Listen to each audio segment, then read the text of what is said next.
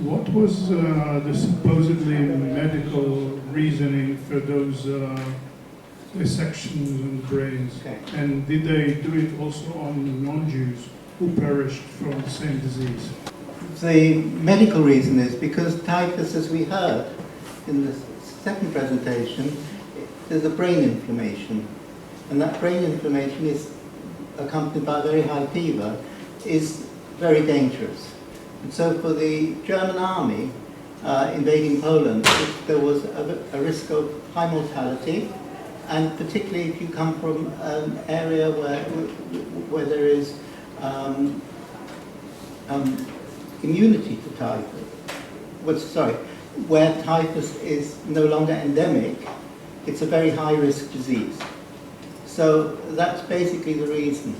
And the second thing to add is that the brain research, which was Hallerford and co., they made no difference between other brains that they took from, say, German military casualties and the Jewish brains. So they did try to distinguish between the No. brain of Jews and not Jews? No, a brain was a brain, and they wanted as many as possible. Just add one thing that, so they also conducted autopsies of, say, most of what those military pathologists did was autopsies of German soldiers who died, and some also died of typhus in Lublin, for example, or in Warsaw, and then they would also send those brains to Hallerforden. But Hallerforden himself didn't distinguish between those cases, but there's this the article about by Randerat, which Professor mentioned here. It was in that paper is based on a public lecture he gave in the State Institute of Hygiene in Warsaw, and in this paper he says that I conducted autopsies of typhus victims during my 16 months in the general government, and all of this, as he called it, typhus material was from Jews, and none was from non-Jews or Germans, and that shows that kind of typhus is linked to this kind of whatever dirtiness of the Jews.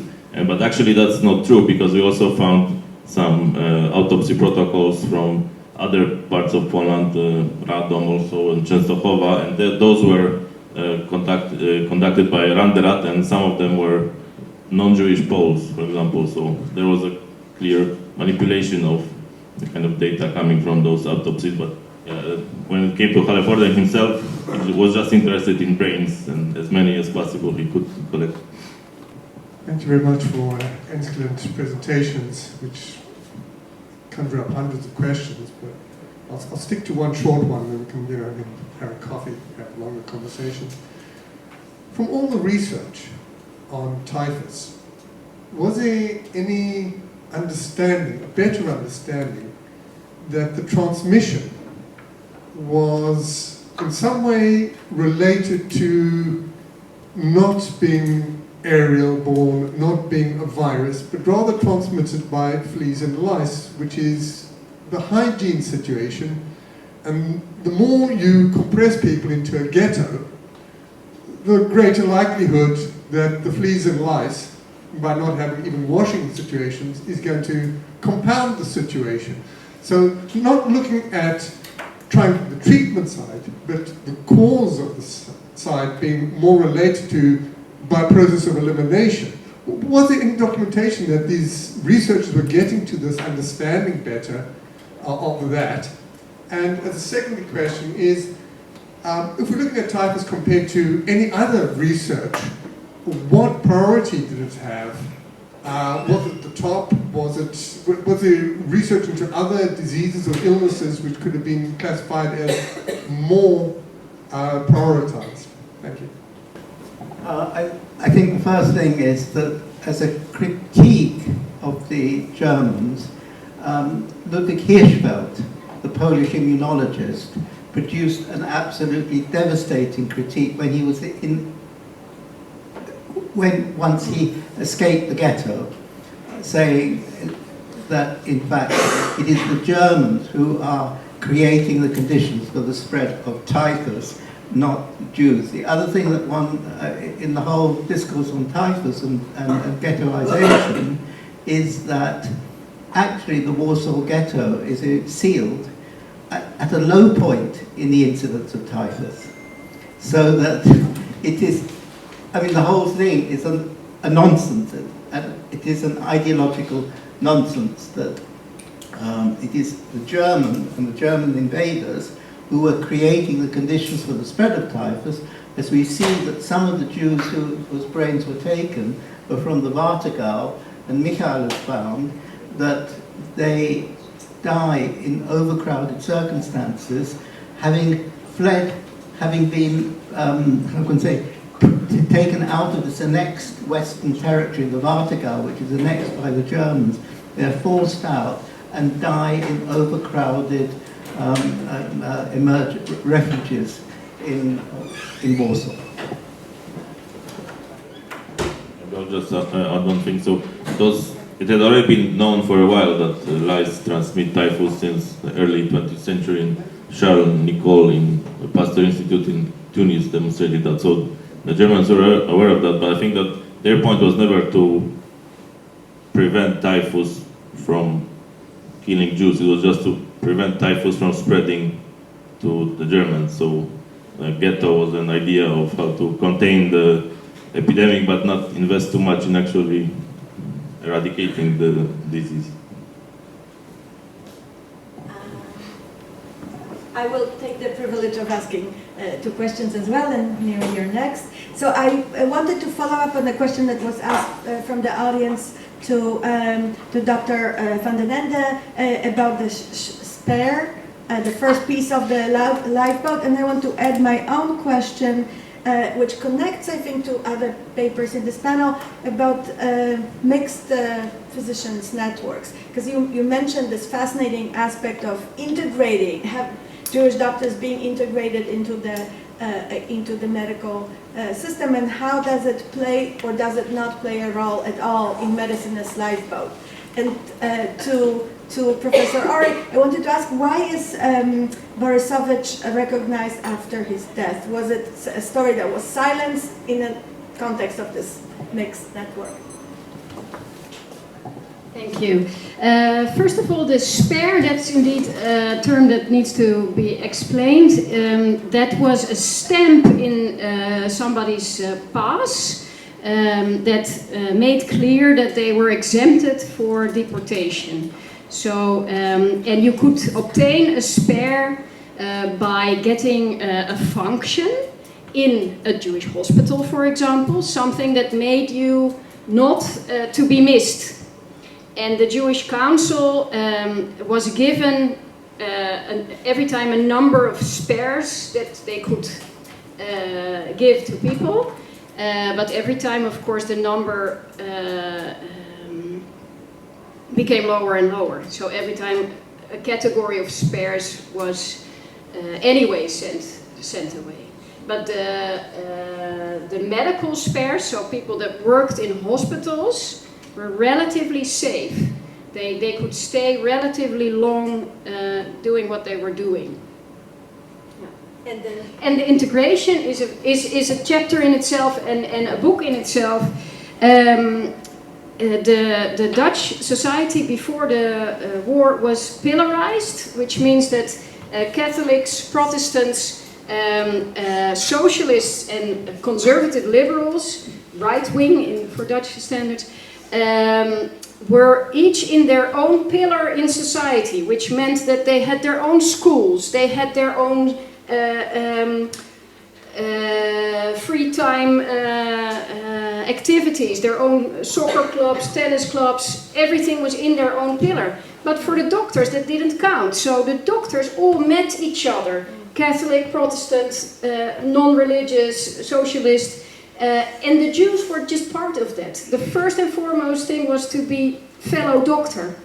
And the tragic thing is that despite the really morally good behavior of the non-Jewish doctors, because they were quite collectively protesting against the Nazification even of Dutch medicine during the occupation, they went underground with great systems to contact each other, and they did symbolic protest actions.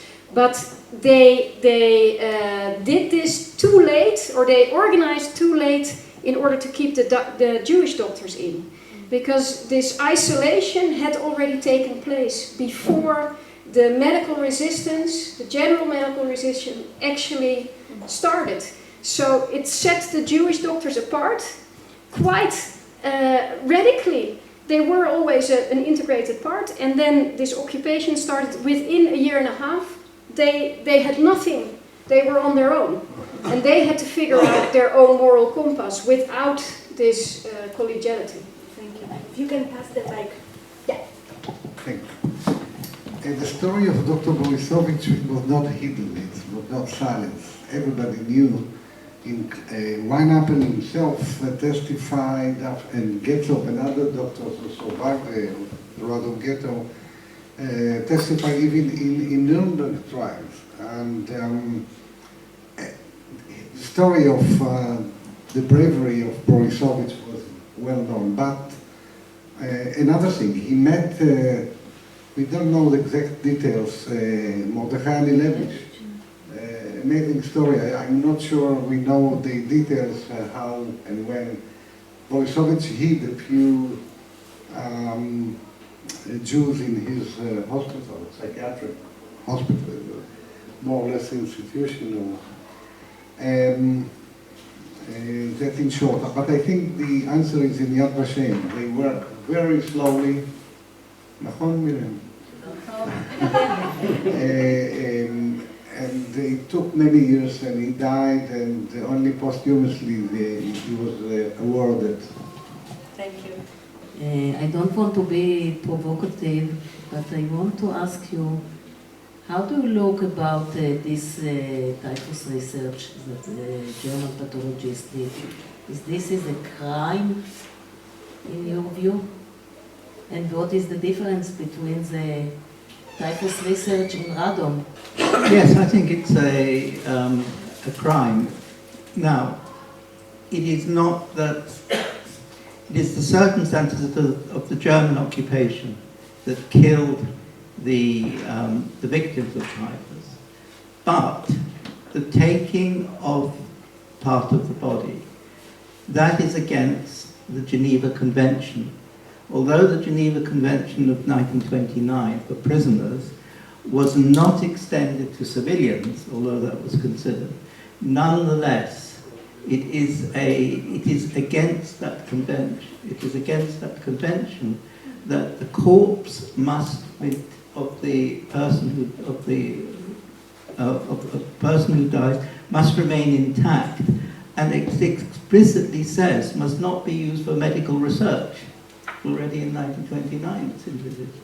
So it's very distinctively German. Other countries engaged in the war, the Allies, did not exploit the corpses of their prisoners. The Germans did. They also exploited the corpses of prisoners of war. For example, there's a relatively large number of French prisoners of war whose brains were extracted before burial. And in one case, I traced the sister, the French give the bodies back, and I said, did you, your brother is down as Roman Catholic? No, she said, we were Jewish. We were heavily persecuted. It was a Syrian Jewish family called Henzi. And this form of exploitation is really very distinctive in line with the medical experimentation, which is also massive.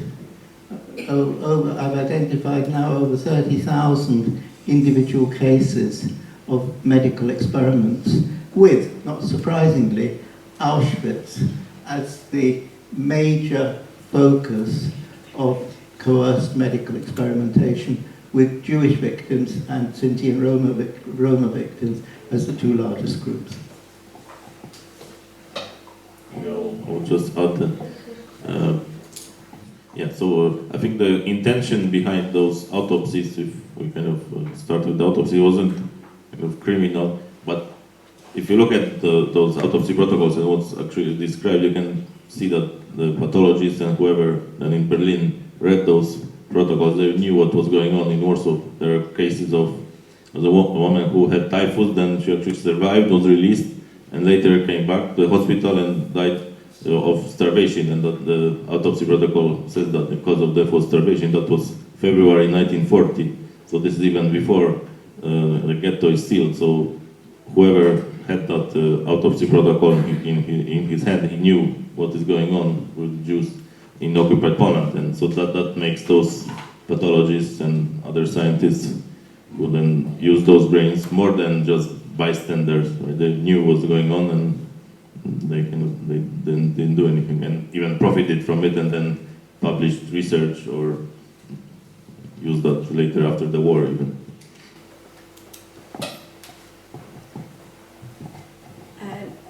I would like to ask one more question, actually following up very much on what Miri was saying. So I'm more interested actually in the Jewish physicians that are part of this research project of the Nazi doctors, not of yours.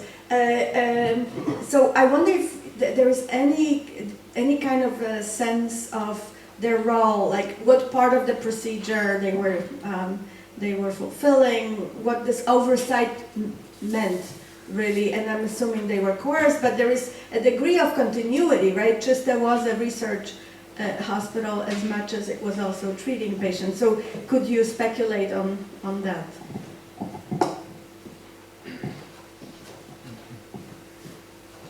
We do have one Jewish doctor whose brain was taken. So there is, from that point of view, a synergy.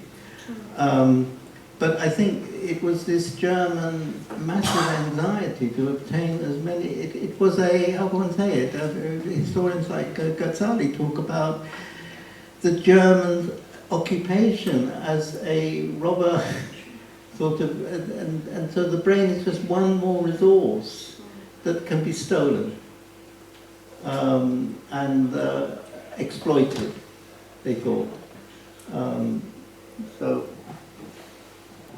Yeah, so I'm not sure if I got, so we were asking about the Jewish pathologists who were, okay. So yeah, that's the kind of thing we don't exactly know because we have some protocols signed by, as I said, Dr. Stein, and then there are others anonymous, but we can there see that apart from the official protocol, there are also kind of handwritten notes when they have, it's written in German, but in a phonetic way. So someone writing down who didn't really know German, so possibly was a Polish or Jewish assistant who was writing down what the German doctor was saying. So, and probably, I mean, you need like I think 3 people to perform an autopsy, one pathologist assistant, and then the person writing down the protocol. So obviously the Germans didn't have that much staff. So as I said, there were only 2 officers in Warsaw and Lublin, and then so I know from sources that they would have a Polish woman in Warsaw who worked as an assistant, like a secretary. So I think that probably, and some of the autopsy probably done by the Jewish doctors, and then they just ask them to send them the brains, and maybe in other autopsies they would be assisting the Germans. So we're still kind of, I mean, the sources are very fragmentary. We just have scraps of information, and we try to reconstruct the whole network. So starting that we knew that there were brain sections in Berlin, and then we had to go back. So I know instead of going kind of chronologically from the person died and was dissected, and then they sent the brain, we worked backwards. So we knew how it ended, but then we had to find out where it came from and reconstruct the whole transfer. So there are still many holes there. Thank you. And No, we don't have time. Okay, thank you then. Thank you very much for wonderful panelists. I think we had a great beginning of this conference.